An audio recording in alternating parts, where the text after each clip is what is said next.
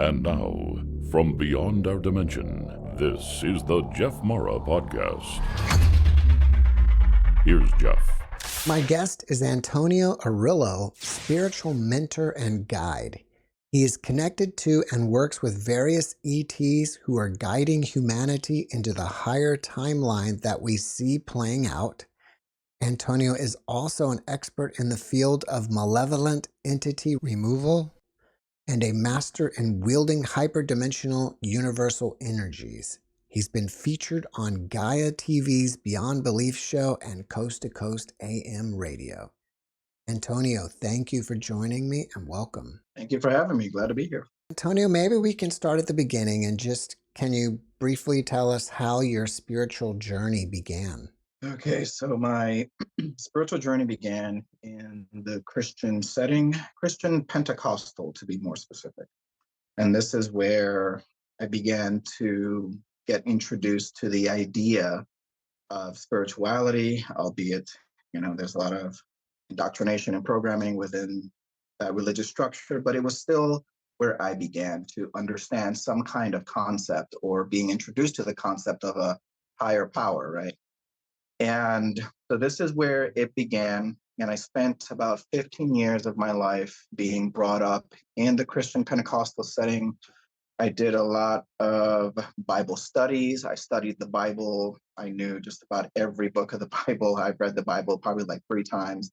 I used to be a Bible study school teacher at my local church. And I was quite proud of that for where I was.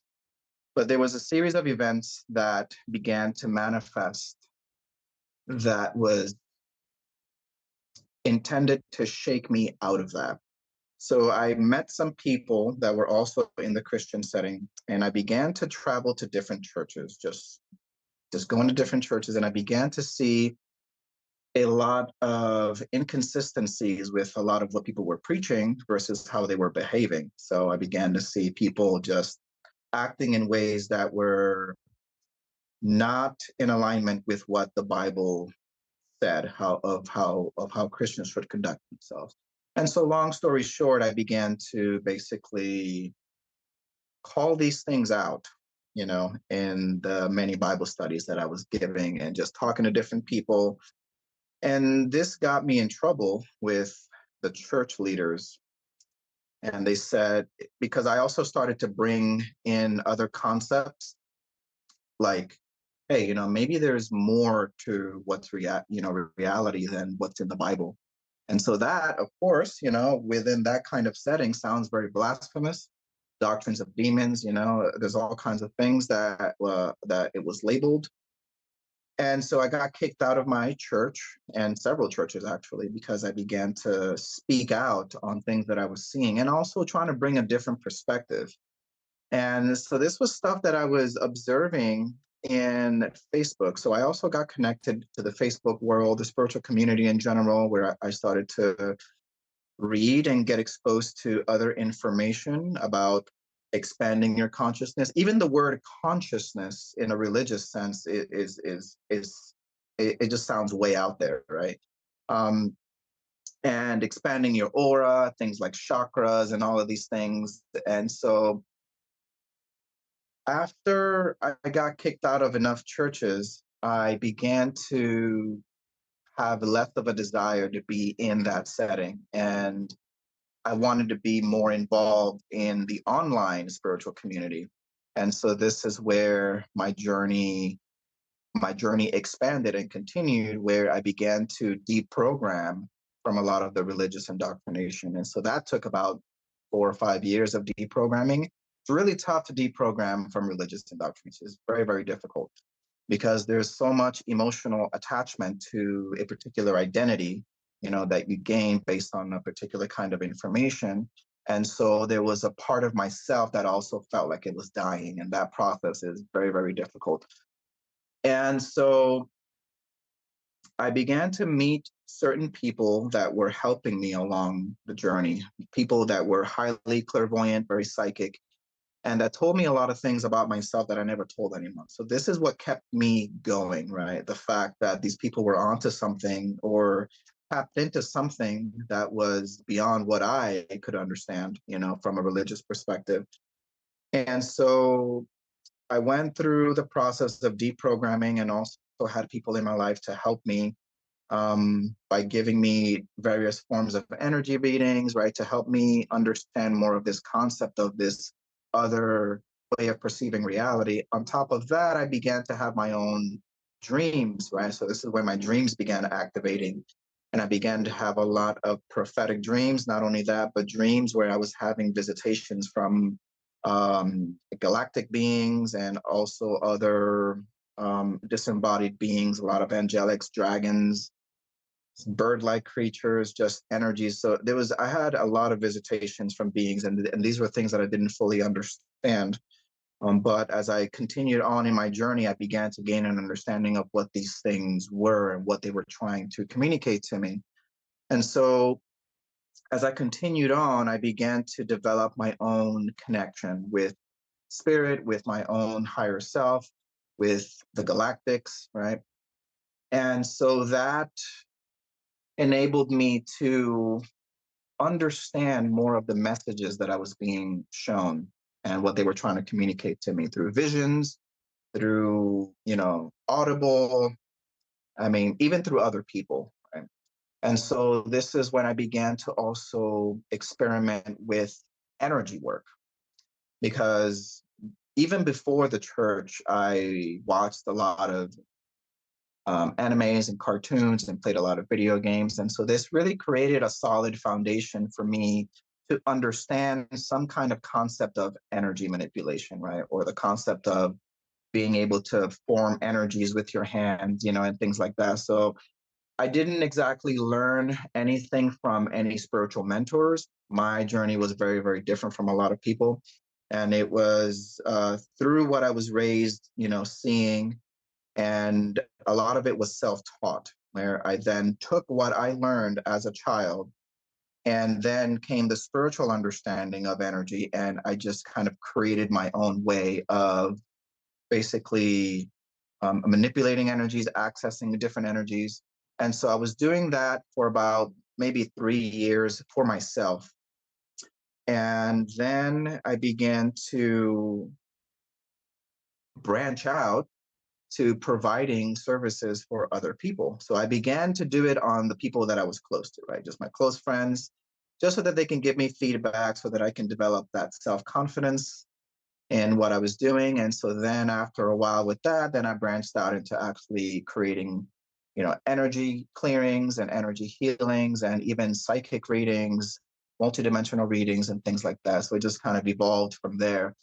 And a lot of the feedback from the clients over the years gave me a lot more confidence that what I was doing was actually working and it was actually really potent. And so then it came to me creating online courses on how to actually, because I was showing people how I access certain things and I was giving them a template on how they can access it as well, which I still do the same thing right now. And so and then it just, long story short, started meeting other people that were part of like different events and they were creating other events and stuff. And so I began to get invited to like podcasts and then like speaking events as well. I think I went to 3 speaking events so far and, radio shows and all this stuff. And here I am now. And so I do a variety of different energetic modalities, grid work, and all kinds of stuff, mentorship. Yeah. Well, it sounds like the ETs initially started contacting you through visions and dreams. At any point, were you ever abducted? Yeah, so that happened many times. When I was a child, I began to become conscious of it when I was in middle school, of these abductions, but I didn't understand that they were abductions until after I began my journey into the online spiritual community, and I began to understand that these extraterrestrials were abducting people for many different purposes, and that's when I got the aha moment. I was like, oh, I was being abducted that time, because there was always that big question mark as to why I woke up in like certain ways, or with I don't know, like sometimes I would wake up with because my abductions weren't always positive, right? There was some like negative ETs that were also abducting me as well. Because I would also wake up with like claw marks and scratches that could not be done with my own fingers. It was done by like sharp things, and so I would see them in different places of my body. But that stopped after a while. That stopped after my energy was expanding more, and I got more connected to who I truly was. And those negative experiences stopped, and I was having more positive abductions where there were many of the ETs, like for example, the white lions, and I have a very close connection with the white lion energy. Are the white lions considered the Lyrans? Oh yeah, yeah, lions. So yeah, so there are many forms of lions, right? So they can look like any kind of feline species that we see on the planet, but in a more evolved form, you know. And and so I was having some abductions from them where they were helping me organize my consciousness because I was awakening in such a way where it was a little bit chaotic, right? Which is, with most people, we awaken very chaotic. So they were doing certain energy, almost configuration of my consciousness. So, and because there were certain moments when I was being abducted, I was actually becoming conscious like a little bit, and I could like open my eyes and I can see them up, doing something with my consciousness, but it didn't feel negative. And then I would just fall right back asleep. So it was these moments where I could peek into what was happening. and then, but then I would forget most of it when I woke up. So yeah, so that was some of my abduction experiences. There were others where it wasn't necessarily abductions, but more like dreams of me remembering a lot of the missions that I ran on other planets and other missions that I ran, like covert missions where I had to infiltrate certain like motherships and stuff like that. Like, for example, this one I had where I was infiltrating this cargo ship that was carrying, I mean, as far as my eye could see, like just hundreds and thousands of capsules that contain different extraterrestrial species, and they were just in these pods, almost like stasis pods. And it almost like the vibe that I got was that there was a mass harvesting, that this was like a harvesting kind of ship. And so I remember being inside of a different body. It was more humanoid, but a lot more advanced, where I could levitate, I could use telekinetic abilities and things like that. But it looked like my human self, but more augmented, upgraded. And so that was very interesting. And so I was coming face to face with some like extraterrestrial species that could also levitate as well. So there was like some kind of fight that happened, but I woke up as soon as the fight started. So it was like really interesting stuff like that. So that opened up into more stuff into my association with the FSP, right? I've never told my SSP story. I'm still getting all the information with that, but yeah, so I have a lot of SSP encounters as well, which I'm going to share soon.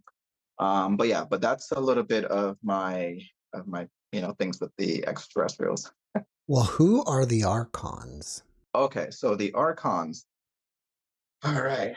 Um, so when I first, because they're heavily associated with the tech that I talk about quite a bit. So I first began by calling it Draco tech. But as my knowledge deepened, then I realized that it's actually Archon tech. And the reason I call it Draco tech is because when I first encountered this tech was on myself when I was doing some really deep meditations. And I began to be shown, because I was asking my galactic team to show me where this tech, or I began to ask them to show me what is blocking me, what's hindering me. And so they began to show me these pieces of like different cybernetic attachments, the different metal plating, other miscellaneous metal stuff that's around my body, wiring, circuitries, all kinds of stuff like that. And I was asking like, what is that? And they told me that that's malevolent technology is what they said at first. And so I also saw that there were some draconian beings that were also like implanting things on me, and I was also receiving that they were doing it on other people as well, of just, just about everyone, especially those who have deep galactic connections, right? Which is, I think, almost everyone. and so and so that's why I associated it with Draco Tech, and I just called it Draco Tech. And so, but after the interview with Gaia, my knowledge deepened a bit more with working on some people. And so then I began to receive the message of the Archons. And I was like, who are the Archons? And then I was receiving that the tech that I was removing was Archon tech. And I was like, okay, so who are the Archons?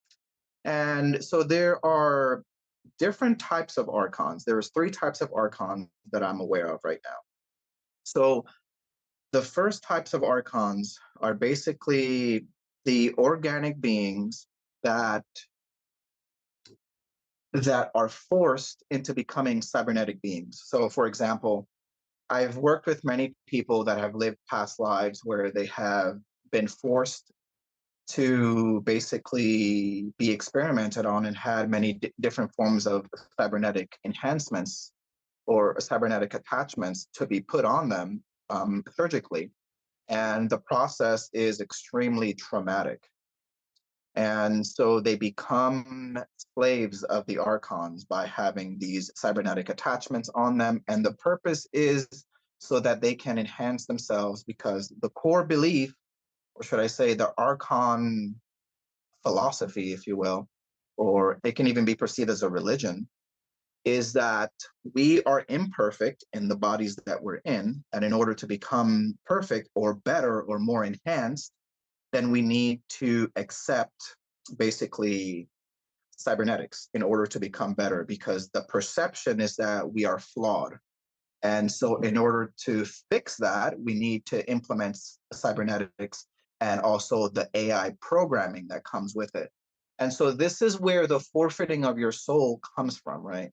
So the forfeiting of your soul for something, for either riches, money, or for enhancements of yourself, that that that's a widely accepted Archon practice for planetary takeovers.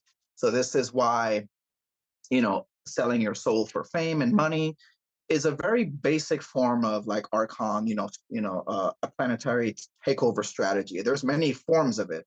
The other form is to actually accept cybernetics within your body. That's the other form of it that has happened many times.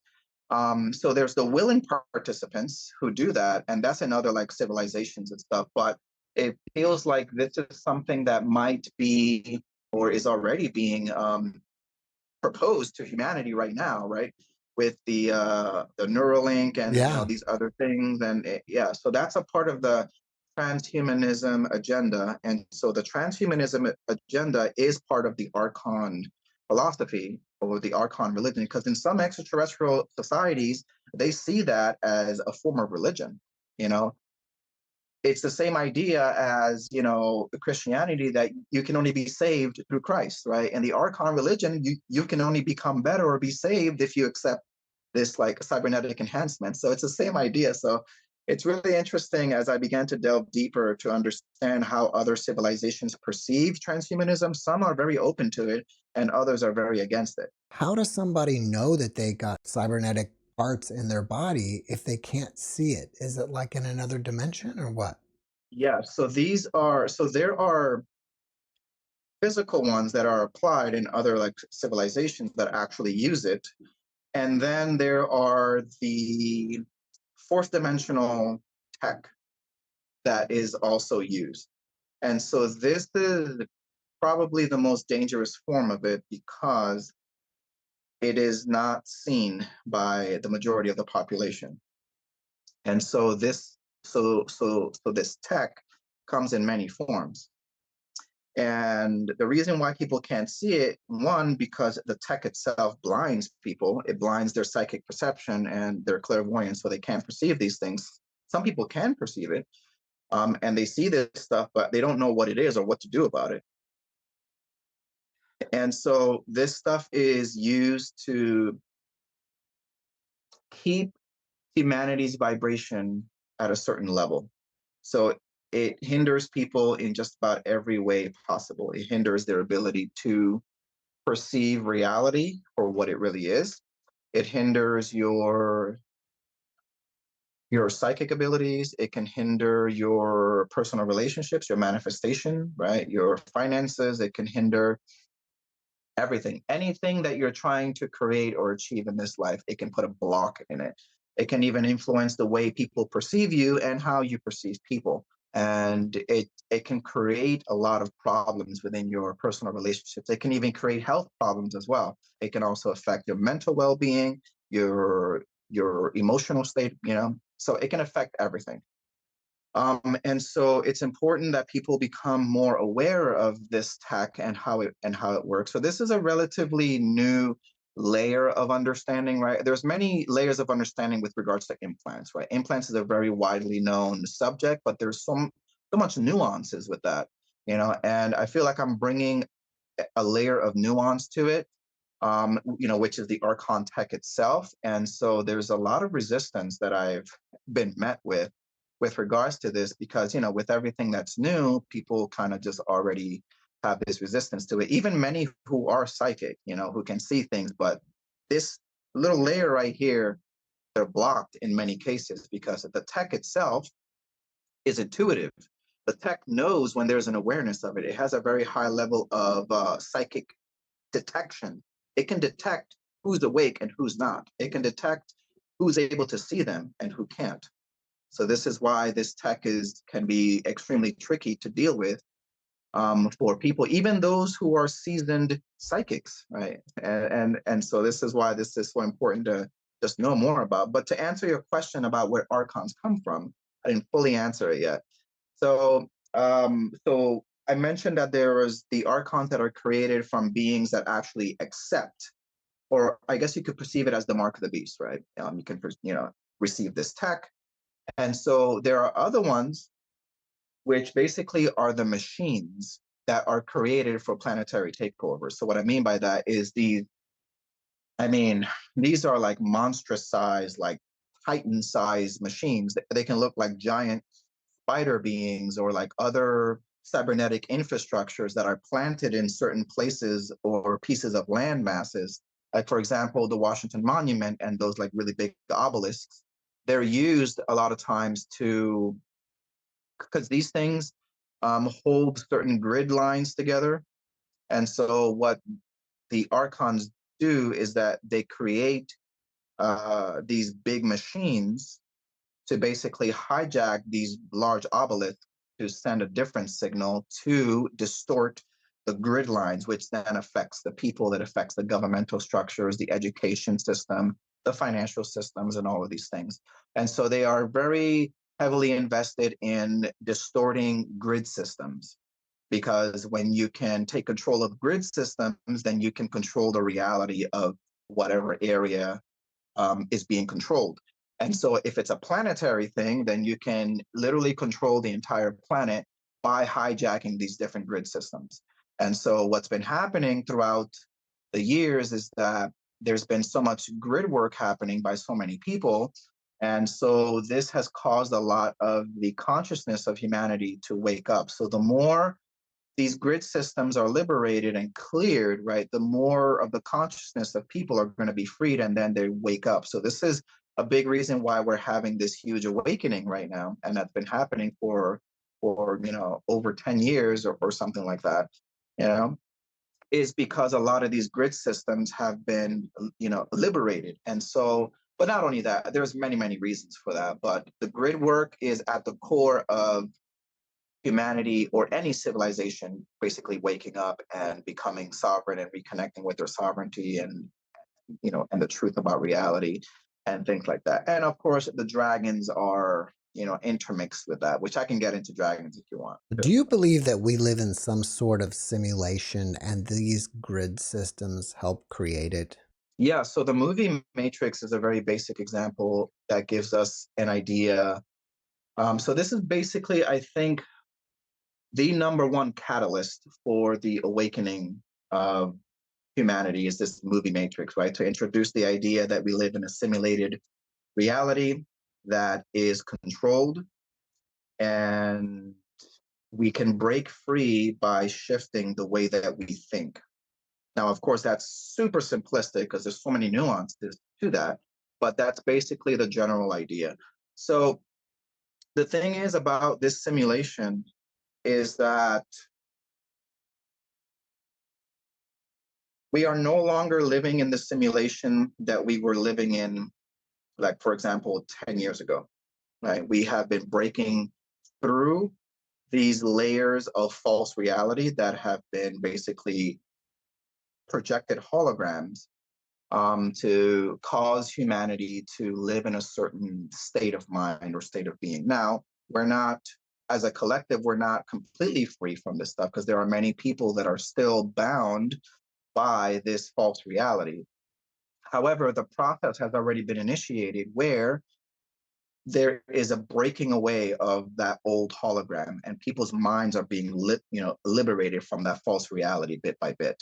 And so yes, we do live in a false reality, but don't at the same time, because there's an awakening happening and almost like a transition. So people are transitioning through their own initiative process, right, through discovering the ascension community, the galactic disclosure community, the truther community, all of these communities and all these YouTube and podcasts that are out there that are helping people, liberate their minds. So this is a part of the transitional phase, and that shows that this false hologram has already been exposed.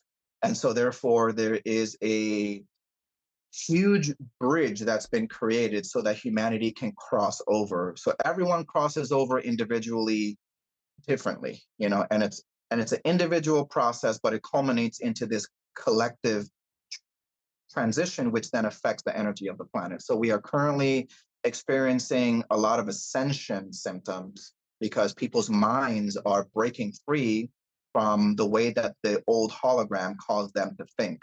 There's still a lot more people left to break free, but I feel like there is a good portion of the collective that have already begun to, or have already been liberated from these things and have collectively been raising the frequency of the planet. Can you tell us the difference between cybernetic symptoms, Archon tech versus ascension symptoms? Okay, so a good way to identify the ways that our contact influences people, it goes into the habits, right? They create addictions, addictive habits, because what they do, they can attach to any part of your body, but especially the mind and the third eye. So a good way to tell is they would cause you to scroll mindlessly on just content, right? So if you want to do something productive and important, and then you just end up scrolling for hours on reels, that's one of them. Because the thing is that it's important to be very intentional when you are scrolling online, because a lot of this like cybernetic AI influences comes through a lot of the mindless scrolling that people do. And so that's part of the way that the little bots in people's heads give them ideas. Maybe you could do this instead. Look at this video instead.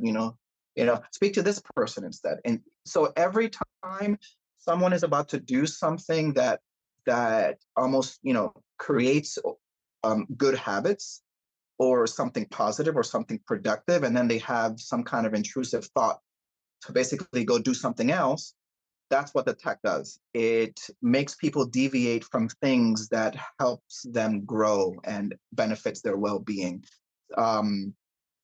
Another way is that they create bad habits, or they fuel addictive patterns. So this could be drugs, alcohol, sex. This could be eating, excessive eating and things like that. So obesity, excessive eating, just having sex, with a bunch of, people, or should I say, using your sexual energy in a way that was not intended, right? Where you can contract so much entities and so much things from people. This is what the tech does as well. And yeah, so it causes people to consume things on different levels, and that creates addictive patterns. So that is a really big way to tell our contact influences. Ascension symptoms could be like, for example, with a lot of the solar winds that's been happening, a lot of the solar storms that's been happening like every week. There's like a solar storm or something. And so this stuff really affects the collective, like on a very deep level. So this has created various forms of ascension symptoms, like, for example, dehydration and the need to drink a lot of water. Another one is feeling really tired and just needing to sleep more. Another ascension symptom could be crying, right? Just getting emotional, like just things coming up, or like things that people thought they have healed from, or perhaps they thought they've walked away from. It begins to come back in order for additional processing. So this is another ascension symptoms, because there are many layers of unresolved trauma that the collective is that is surfacing in the collective in many layers depending on the person. So that's another big ascension symptom that is happening right now. And also circumstances that are manifesting in people's lives that's causing them to cut off people that they don't need in their life anymore, people that are not beneficial, business deals, whether it's romantic partnerships, family connections, friends, whatever it is, right? So this is also a symptom of raising into a higher frequency, is cutting off of people and things that you don't really need anymore. What is the Archon's end game? To have us all be like the Borg from Star Trek? So the Archon endgame is to take full control of this planet and any planet that they inhabit, and cause to basically enslave us. And so the other is to cause us to become or to be at war with each other, to create disunity and distrust, and also for us to create a system that continuously encourages us to give our power away or to give away our consent, so that we are constantly disempowered, and so that we are constantly giving our consent so that they could give us more things that further causes us to be in that programming even deeper. Like, for example, the demand for artificial foods, or the demand for crappy movies, and to program us more, or the demand for all kinds of programming through the media. So these are things that have been programmed into the collective to want more of, and so therefore that creates this energy where we are perpetually experiencing that, where the music industry and the entertainment industry and the food industry, they are giving us exactly what we're like asking for, or what the majority, or what the people who are still asleep are still asking for. And so the good thing is that we are awakening, and there's been a huge shift, and especially in the food industry, where there is a lot of organic foods now, even though they are trying to create artificial meats and and all of that stuff. But that's like a part of the consciousness war that's happening. So the more people wake up to a lot of these things that they're trying to implement, and began to basically, we as a collective, especially the ones who are asleep, they need to wake up, demand things that are actually good and healthy, for us, food wise, also within the entertainment industry and all of this stuff. And then when people collectively begin to ask for these things, but not just ask, but demand for these things, is we will start to see more of those changes more rapidly. Because personally, I think the higher timeline is moving slow. It is moving forward, but I feel like it's moving really slow, and I feel like it can be faster. And so that the speed as to which things are implemented within society is entirely dependent on the awakening level of the collective consciousness. So It really goes at the speed of the collective. Do you think it's possible that the Archons have got us hooked on tech and eventually we'll have some sort of cataclysm where, we'll lose a lot of our electronic devices and then we'll basically beg for the tech again and completely surrender our sovereignty? Okay, so this is very tricky because this is a lower timeline that has been injected into the collective. Um, but it's a lower timeline. It's not the higher timeline. Now, within every advanced society, there is advanced technologies. So there is such thing as benevolent tech, right? Tech that actually serves, people, tech that actually, for example, is in alignment with the natural order of things, right? Is in alignment with natural law, not tech that is invasive or that take, our rights away. Like, for example, like levitating vehicles and spacecrafts and things like that. I feel like these are things that will be essential for an advancing society and things like that. But it depends on the trajectory that humanity chooses. However, that trajectory is being guided by a lot of the benevolent galactic groups that are nudging humanity to basically go in the right direction with the tech instead of the wrong direction with the tech. Because it can go either way, depending on the way that humanity creates and programs the tech. So, yeah. But tech in itself is not bad. It depends on how it's programmed and how it's used. And so a lot of the fallen civilizations that have basically been destroyed by tech is because their trajectory was being influenced by a malevolent energy. And so therefore they developed tech and programming around that distorted, influence. Now, earlier you mentioned dragons. How do Yeah. people connect with them? Okay, so dragons. So first, let me just explain what they are and how they're showing up for humanity. So basically, there's been a rise in dragon consciousness, especially last year. Now, it's been felt for years, but it's been especially strong last year and this year. And there's a lot of dragons that have been awakening. And with the awakening of dragons, by default comes an expansion of consciousness, just an explosion of different modalities and people stepping into their power. So this is what dragon energy does, and this is like the significance of dragon energy is that it encourages humanity, people, to basically step out and begin to, create their business, bring out the modalities, right? Start speaking out, bringing truth, start doing, stepping out with the things that are already in their hearts. And so that is a big drive of the dragon energy, is to infuse people with the courage that they need to step out with the things that they already want to do, but they were too afraid to do, whether it's for fear of judgment, criticism, or feeling small, right? Limited self-perception. So the dragon energy is really encouraging the collective to move past limited self-perceptions that the old matrix structure created, to break through that. And on a collective level, that contributes more to the dismantling of the old system.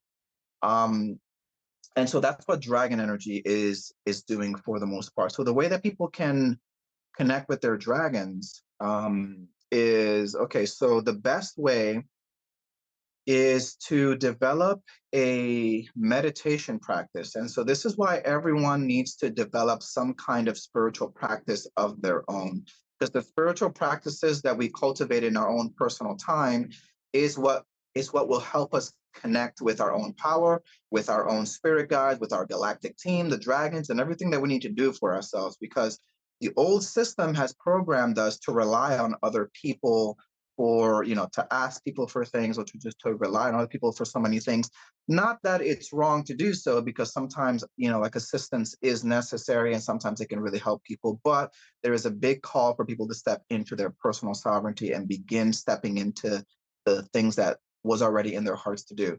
And so the meditation practice, with the intention of connecting with your dragon, whether it's your dragon spirit guide, sometimes it's your own self, because there are many incarnate dragons on the planet as well. So there's also that. And so there are many people who are actual dragons incarnated in human form that are also part of bringing in this like expansive energy onto the planet. So there's also that layer that's also playing out.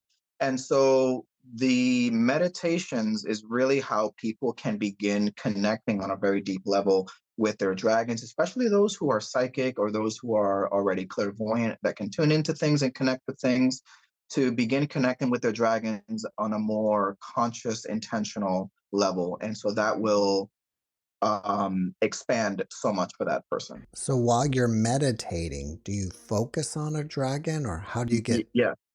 So what I guide people to do is to get into a place of meditation and first get into that Zen state. And so there's many ways to reach that Zen state. People have their own, strategies on doing that. And for some people, they can enter it faster than others, depending on, how long they've been doing it or their own blockages, internal stuff.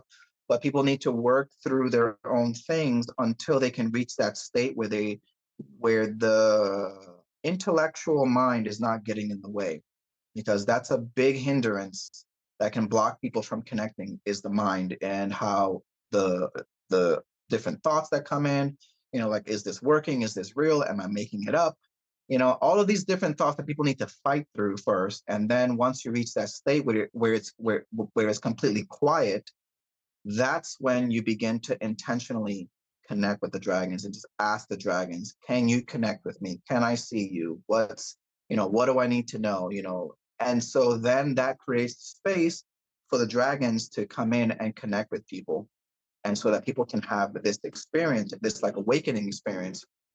However, it's not that simple because people have other blockages. Like, for example, eye contact is the big thing that holds people back so much. And so after they can get cleared from this stuff, then they can connect a whole lot better. Even people who are very psychic and clairvoyant and can connect with things, they usually have a lot of trouble where their connection is very distorted. But after a good eye contact removal, then the channel is much more clear. So technically, yeah, people can connect, but there's so much that can get in the way that just needs to be cleared. How can people navigate their spirituality in a safe way? Okay, so how to navigate the spiritual journey safely. So this is a very important part of just existence and just navigating not just the spiritual journey, but your 3D life, which isn't really separate because they're all, one and the same. So, and that is spiritual protection and spiritual hygiene. So it's very, very important to understand how to protect your energy properly, how to implement effective shielding techniques so that you can shield your energy from psychic attacks. This could be mental or emotional projections from other people. This could be Archon tech.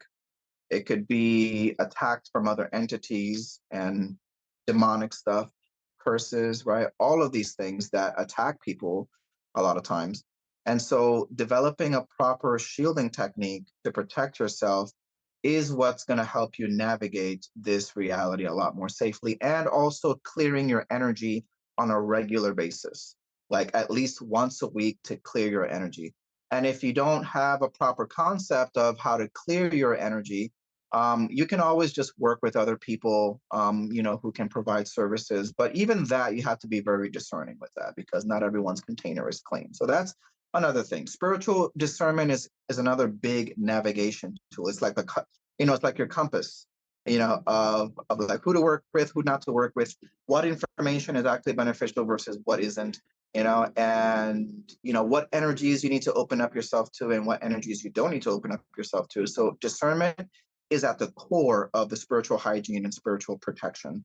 So developing spiritual discernment takes a while, and a lot of times it is sharpened by making mistakes, and that's just the reality of it. We don't learn until we make mistakes, until we fall for deception is how we learn how to discern deceptions, in many cases. And so, and that could be on all levels, whether it's working with people, whether it's things with yourself, things that, information that you're opening yourself up to, or, things in the government, or, extraterrestrials. There is discernment to practice in every area of life, especially with the personal connections that you form. And so all of that, all of those three, shielding, discernment, and clearing yourself regularly, that is how you can navigate the spiritual journey safely, and how you can maintain a lot of your healing, and you can actually progress and not stagnate. Because a big problem that people encounter is feeling stagnated, feeling stuck, like they're not moving forward. And that, again, is due to like attachments or trauma, or just other things that are holding them back, limiting belief systems. So yeah, so people also need to detach deeper from basically how the matrix, the old matrix system, is still influencing them. So there's also that as well, because everything is comprised of layers. And so just when someone has freed their mind from one layer and they're experiencing a whole new layer of truth, there's always more to dig into when the person is ready.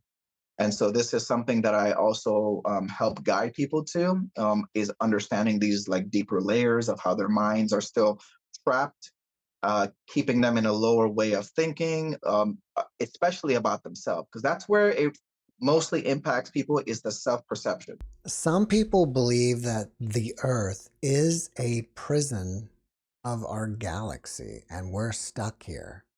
What is your take on Okay. that? All right. So the stuck part, I feel, comes from, okay. So yes and no. Was a prison planet. And the reason why was because of the way that the grid systems of the planet were hijacked, and therefore this creating these conditions where people were forced to reincarnate over and over and over again, um, in this in the way that the planet was altered, because it was altered in such a way where it would not allow people to escape when they died. They would just get recycled right back in, with the trauma that they died with all the trauma and programming to keep injecting that back into the planet. So the Taurus field, or should I say the magnetic field of the planet, was also hijacked because, of the way that it works, and the energy comes right back into the middle, in the center. This is how people's energies were being recycled. It was being recycled right back into the planet. And so it was not allowing the loosh and the trauma and the density to properly purge out of the planet like it normally would be able to. And so thus creating this prison-like effect. And so therefore lowering the planet's frequency and manifesting, all of these wars and famine and stuff like that. However, that isn't working in that way anymore. And so the prison element of the planet is not necessarily there anymore. That's more of an old narrative, unfortunately, that's still being spun to continue programming people to it basically keeps people programmed in this prison-like state of mind. And it's important that people, especially those who are psychics, be able to accurately perceive what is happening in real time right now, not what was happening a couple of years ago, but right now. And so there's a lot of these old narratives that were true years ago, but isn't true right now. And so we are not living in a prison planet. This planet has actually been liberated on many, many levels. Not 100%, but we're definitely in a good place vibrationally speaking, even though we still see many signs of people still being enslaved, and other things of the old system still in place. However, a lot of that is being dismantled, and a lot of that has already been dismantled. And the proof of that is it manifests more in the way that the collective consciousness is behaving towards what's happening in the world right now. People are calling out BS everywhere they see it, especially in the news. They're not trusting the news anymore as much. People are losing, confidence in the governmental structures and how all of that, was basically created so that people can forfeit their power. So there's a huge awakening with that as well. And there's a huge awakening in the food industry, the financial industry, the entertainment industry. People don't care about the celebrities anymore. People don't care about that stuff. So it's like that's all part of the awakening process. And so those are not the signs of a planet that is imprisoned. It's a sign of a planet that is breaking free of its chains. And so therefore the mind's being liberated. So that's my take on that. Do the Archons and the Dracos ever take on a physical form in our realm, or are they always some sort of multidimensional being? They're both. They incarnate. There are many human Dracos walking around on the planet everywhere. There are many Archonic people walking around on the planet everywhere. So how you can identify, for example, Archon people is that they have a and this is what I've seen all across the board with many Archonic people is that they have the inability to have empathy or show any kind of emotion. They're really, really cold. And even when they try to express any kind of human emotion, it feels empty, it feels fabricated, it feels almost forced, it feels like like an act. And so this is a really good indication of people who either are incarnated archons or who are just heavily influenced by archon tech. So there's both of them. So I have gathered that even people that have a lot of archon tech, they're still able to express genuine empathy, you know, versus others who had no empathy at all. And it was just this like hollow shell of a person just emulating human emotion.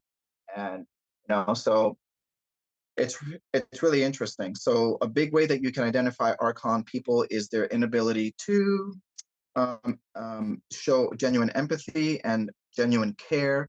And so they manifest a lot of their programming is to basically infiltrate many people's lives to cause them to get out of alignment with their mission or with just who they are. So this manifests in personal relationships like extreme narcissistic abuse and narcissistic parents as well, who are just like genuinely cold. And yeah, so there's a lot of them that become horrible parents by design. They become horrible, lovers by design.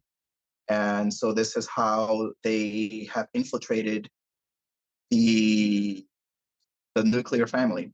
What about the Dracos? How would you spot them? So the Dracos, and I would say a good portion of them, I wouldn't say all of them because not all of the Dracos are like fallen, but a good portion of them, unfortunately, have been hijacked by a lot of the AI and a lot of this nanotech that's like controlling them. So they have the same kind of missions. And their missions is also to infiltrate the nuclear family and also infiltrate all of the institutions. So I see them a lot within the educational system. They're very heavily invested in programming the minds of people through music and the entertainment industry and the education industry. That's a big one. So many of these people incarnate and they get into positions of power to basically be able to influence what goes through the pipeline of the education industry to indoctrinate our children. And so they like to mostly incarnate in positions of power so that they can have an influence over what society is programmed with. So that's a big thing. The Archons do the same thing. So they work hand in hand, honestly. In general, is AI a good thing for humanity or not? Okay, so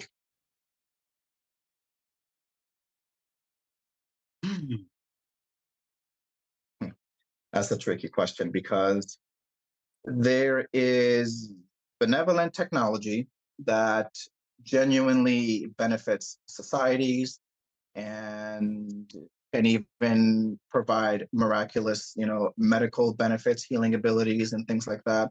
And there's even technology that can restore limbs, even, So it's like, and some of that is AI oriented. It depends on, again, how it's programmed, because there is a benevolent tech that uses source code that's actually good programming. And then there's the malevolent AI that corrupts the programming and that corrupts, for example, like the androids or the robots that have been created, unfortunately, that have enslaved many civilizations. their original coding gets corrupted by this AI, by this malevolent AI. So the malevolent AI is basically this, I guess you can say it's like a nebula or like a cloud of consciousness that corrupt code. And so it can corrupt benevolent coding because we are also code as well.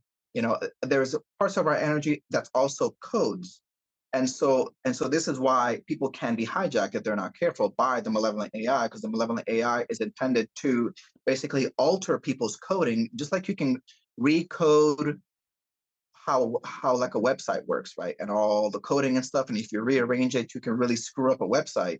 And it's the same thing with us, with the malevolent AI, they can come and corrupt and alter our coding, which then alters the way that we behave, the way that we perceive everything. And the same thing with technology as well. So people need to have more of an understanding, especially those who are going to be creating these really advanced things in the future, which we're already seeing signs of it, right? There needs to be more of an understanding of how malevolent AI programming, how it first corrupts the minds of the people creating the tech, which gives them these ideas to basically code things in a certain way, but it's to code it in a way that will inevitably create a downfall. And so people need to be more mindful and understanding of the way Archon tech works to basically program people's minds, especially those who are in these teams of creating different forms of tech. They need to be very, very, very mindful of how they code it. Antonio, after watching this podcast, people may want to reach out to you and ask you questions. Are you open to that? Yes, they can ask me questions. But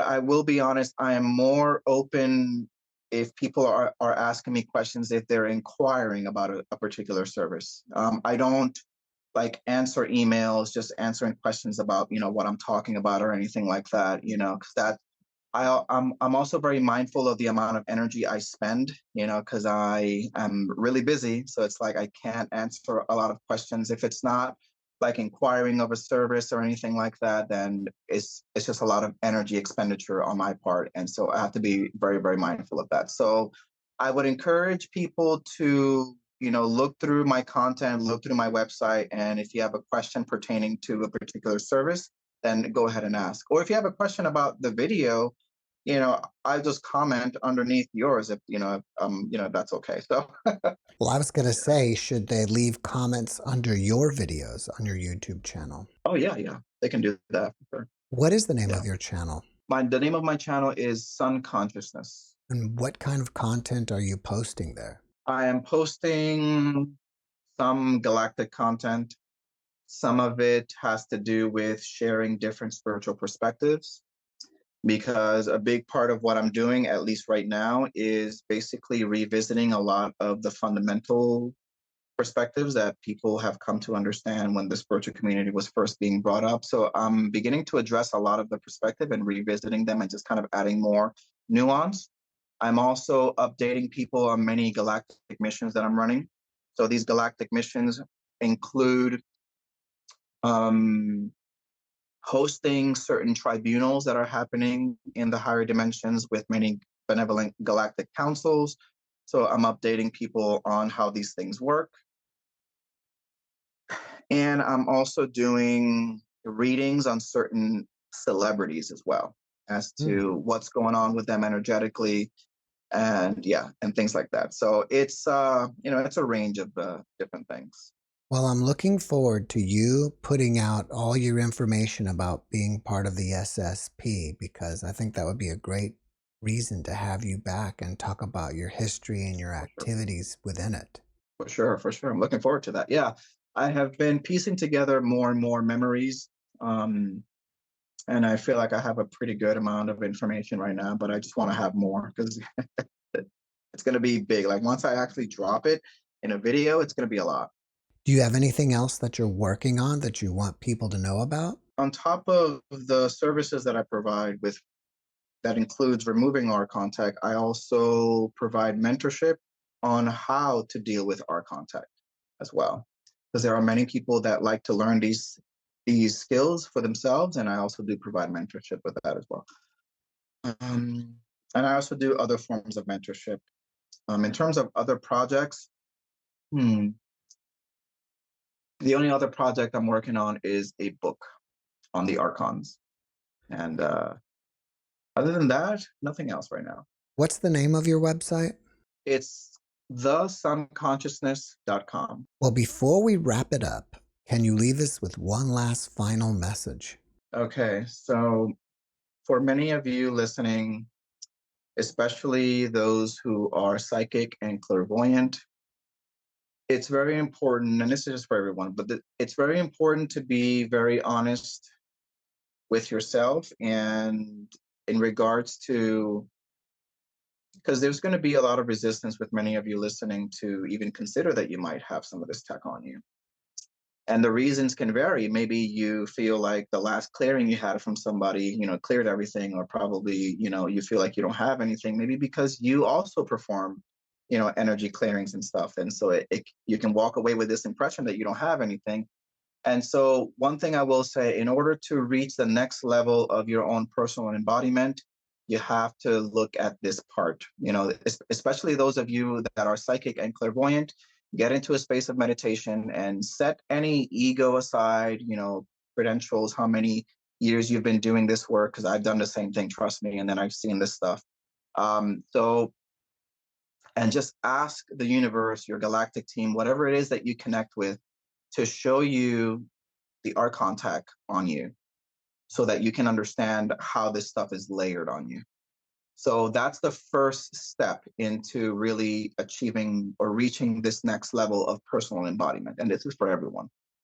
And if you feel guided, like you need some help removing it, then I do provide services for that. Antonio, thank you for your message, and thank you for being my guest. Thank you for having me. It was great to be here. Thanks for watching the JeffMara podcast. I really appreciate you. Another way to show support is through YouTube memberships. And if you do, there are loyalty badges and other perks depending on your level of membership. All you need to do is click the join button underneath the video to find out more. Thank you for your support.